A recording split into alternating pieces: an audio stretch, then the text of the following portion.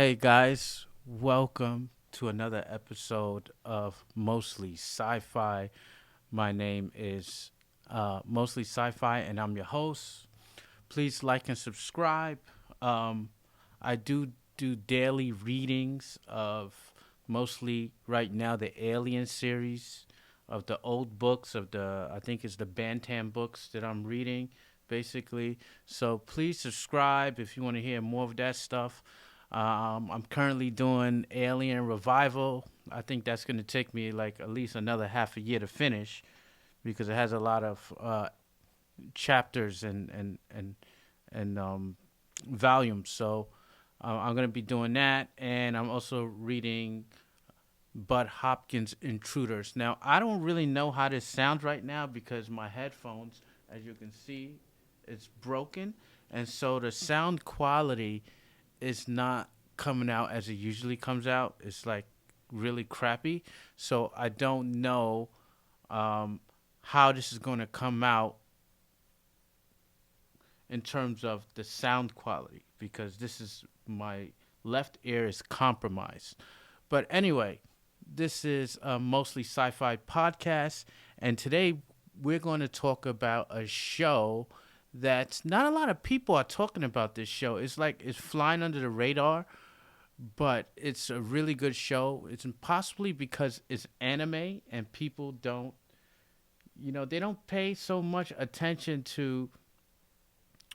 If it's not Japanese anime, just people tend not to pay attention to it because the anime has just gone down the toilet, like, and comic books have gone down the toilet with all the the trans stuff, the gay, the lesbian stuff, and the ideology all inside.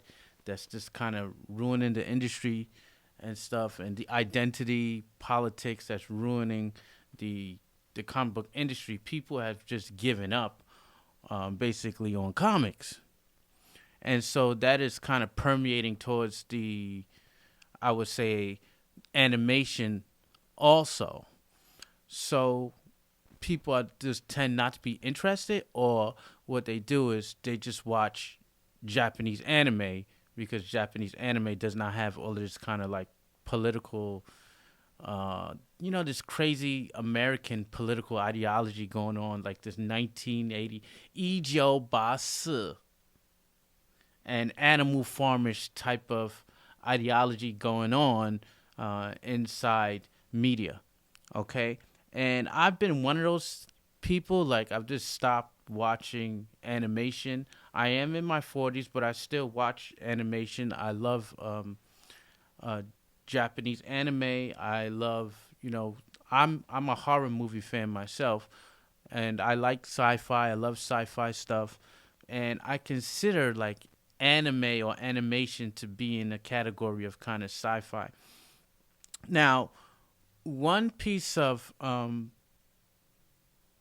actually animation is flying way under the radar and it's really good. So right now you have like three good animations that are actually not from Japan that they're really good, but they're kind of flying under the radar. You got to be like an anime fan in order to know these kind of animation, or you got to be a fan of a particular subgroup or category. So one of them is Arcane. Okay, so Arcane was on Netflix. That got like freaking almost a 99% across the board, like Rotten Tomatoes. If you just Google like Arcane and just say Google review, it's like high 90s. I think it got like 97, 98, and that's from like more than like 5 or 6 thousand reviews. Okay, that's from critics and the audience score. Okay, and then there's another one. There's Cyberpunk, which got very high reviews too. Now I didn't get to see that. I haven't seen that one yet, but I'm going to see it. That is also on Netflix. That is also, it didn't get as high as the other ones, but it got a high mark. And then last but not least is the one that we talk about today, and this is the Legend of Vox Machina. And I watched it the first season because I was looking for something to watch. And I saw this and I was like, oh my God, it has 100%. And it's the critics agree with it and the audience agree with it. And so when you saw that, you were just like, I was like, okay, this is something I got to see. So if you see right here, you can see season 1 is like 100%. Okay, it's pretty close because you got 1,500 user rating. It's not a lot of users because it's flying under the radar of many people. Okay, because a lot of people don't watch anime or they don't watch animation, right? If you Okay, here's another one. This got even less rating. As you can see, not a lot of people have watched it. Okay, so here they're not showing like how many people have done it because I'm trying to show you an example of because Japanese animation, there's gonna be like thousands and thousands of people like that's going to review it, and then they're going to look at it and say, "Oh yeah, this one is good," you know. So Japanese animation is different than something like what I was showing you, which is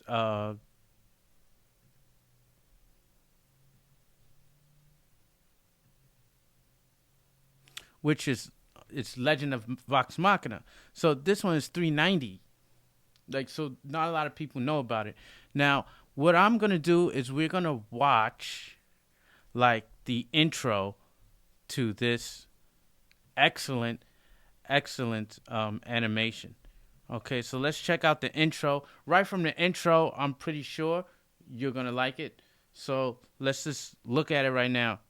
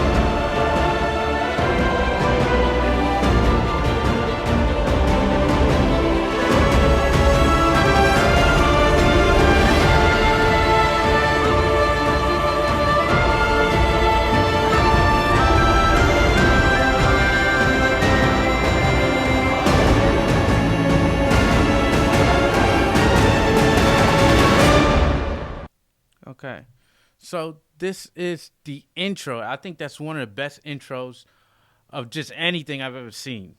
Like the intro is just great. A few months ago, I did like the best anime intros, and I meant anime of animation and anime, and I had put Thundercats there, and I totally forgot about Vox Machina, and if I had to rate it, I would put like Vox Ex Machina like up there. It's really good, you know. Um, you're talking about Fist of the North Star, okay? Intro. You're talking about Diamond is Unbreakable intro. You know what I mean? You're talking about Demon Slayer intro. You know, so if you're not a fan of like kind of this kind of stuff, like the nerdy stuff that I'm talking about, anime, you don't really know about it. But you really have to take your bias out the way and watch this show because it is really good for you sci-fi fans. Season 2 basically is called the Chroma Crisis. And basically what Vox Ex Machina is, because I'm not gonna spoil it for you. Vox Ex Machina is kind of like it's Dungeons and Dragons roleplay. Okay, that's what it started from. So it started from these I think it was like 8 or 9 people. They come together regularly and they play these like Dungeons and Dragon games, role playing games, I'm not very sure how it works.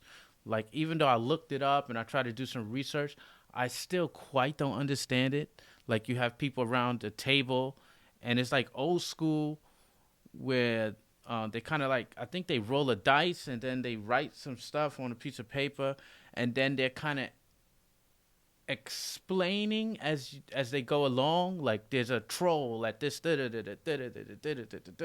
a troll on in a that's blocking your way um into a cave. What do you do?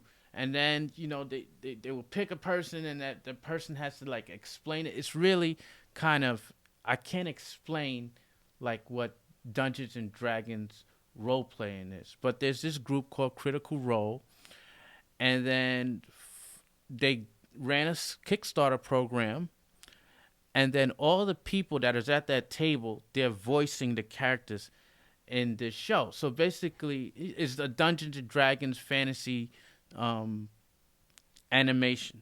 Okay, now we say that animation is dead, but from what this is showing, from what I see here, Western animation is not dead. I mean, of course, the animation is coming from Asia, like the people who's animating, really, right? Because they kind of the people who write the script, the creators of the show, I think they outsource the art to Asia, to like Korea. Okay, so right now Korea is making the best kind of, at least the drawing, and the penciling and all that other stuff. I don't know what they call it, the animation. They're doing a really good job. They're doing the best jobs out there. Okay, so a lot of like Western good animation, like Boondocks, even the Boondocks, is all coming from Korea. But the writers, the producers, and all that stuff, they are like Western. They are American, basically. I'm assuming these people are American or Canadian. And so they had a very popular Twitch stream. And so this Twitch stream, they decided to make it into an animation, and this thing is good.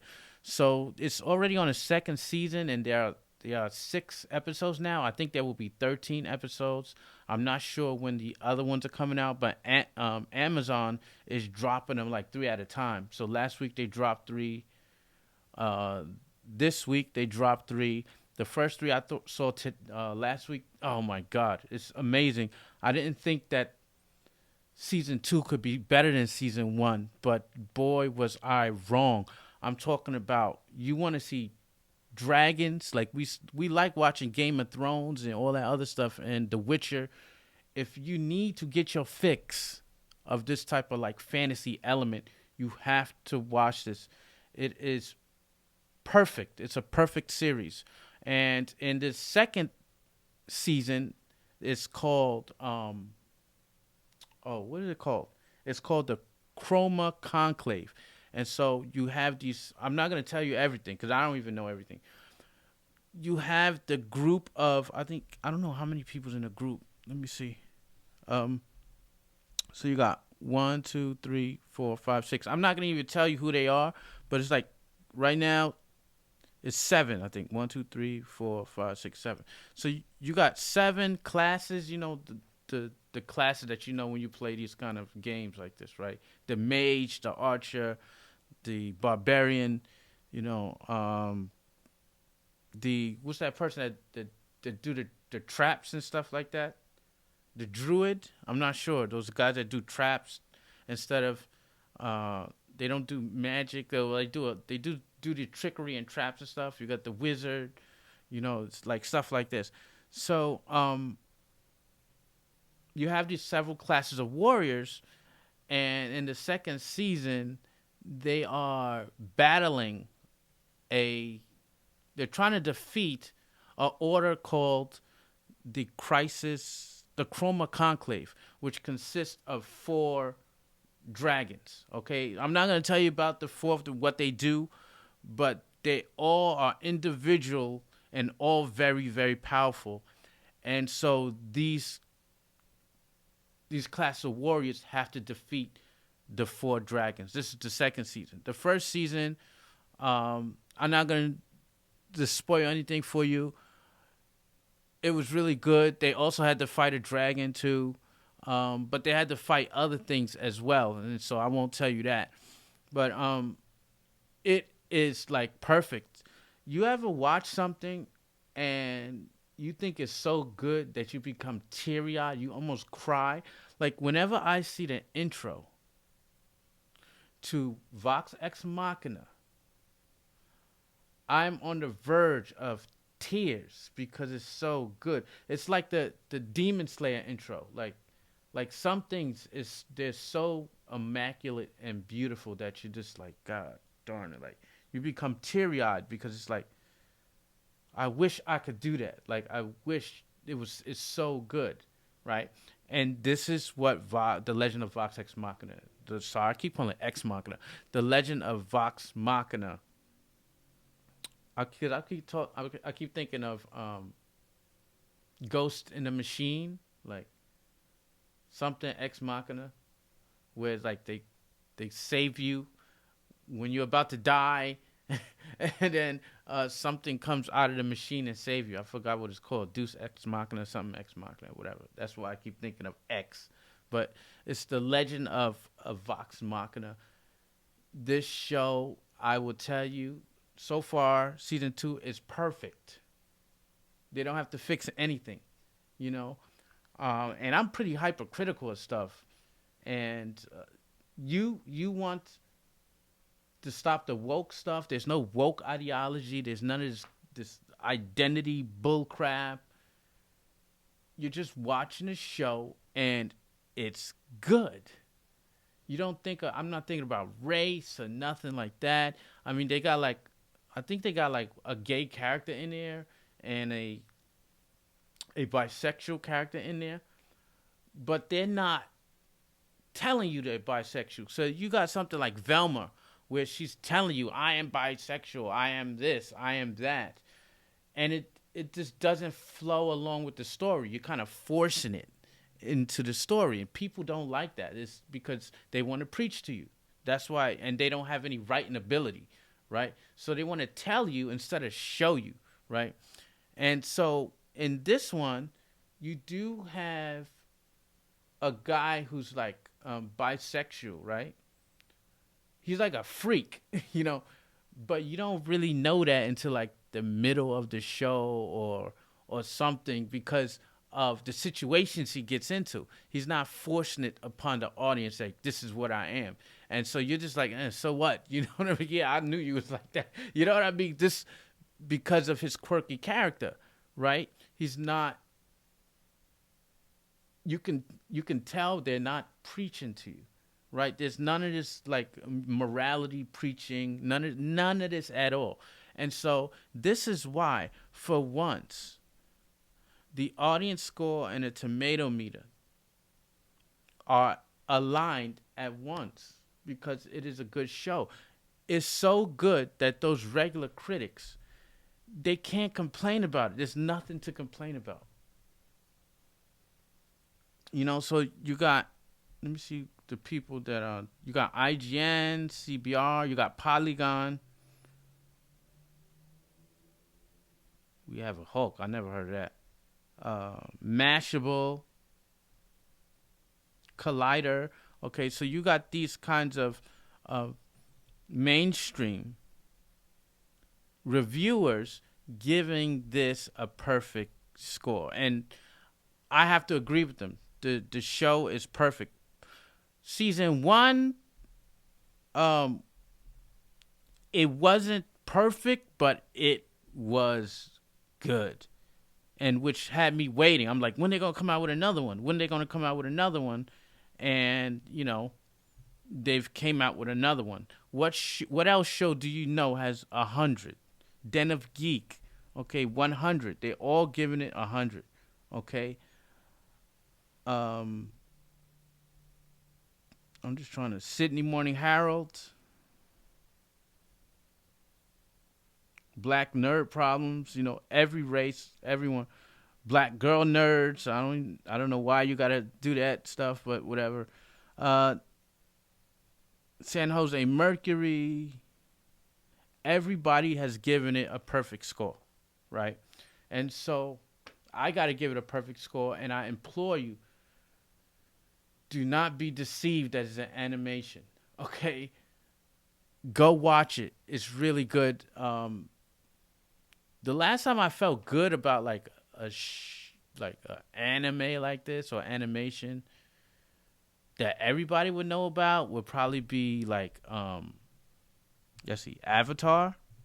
Let's just see what Avatar is. Let's see, Avatar, the Last Airbender, right? I'm trying to find like the cartoon because they got these kind of stupid movies that I don't want. Okay, so this is the cartoon. So the last something that got this like this was Avatar. Okay, Avatar deserved 100. It was a good show. All right, it was a good show. And maybe Korra. Well, Korra wasn't. People say it wasn't as good. I liked Korra, but a lot of people didn't like it. You know, I liked it. I thought it was great. Okay, but anyway, that's it. Go see it, man. Go see it. So this is mostly sci-fi. Well, mostly. I'm afraid this performance is over. You're weak, you're small. And in this world, that means you lose. Wait. It's true. I'm all talk. Everyone thinks I'm a joke. But the brothels have taught me one thing. Size doesn't matter. It's how you use it.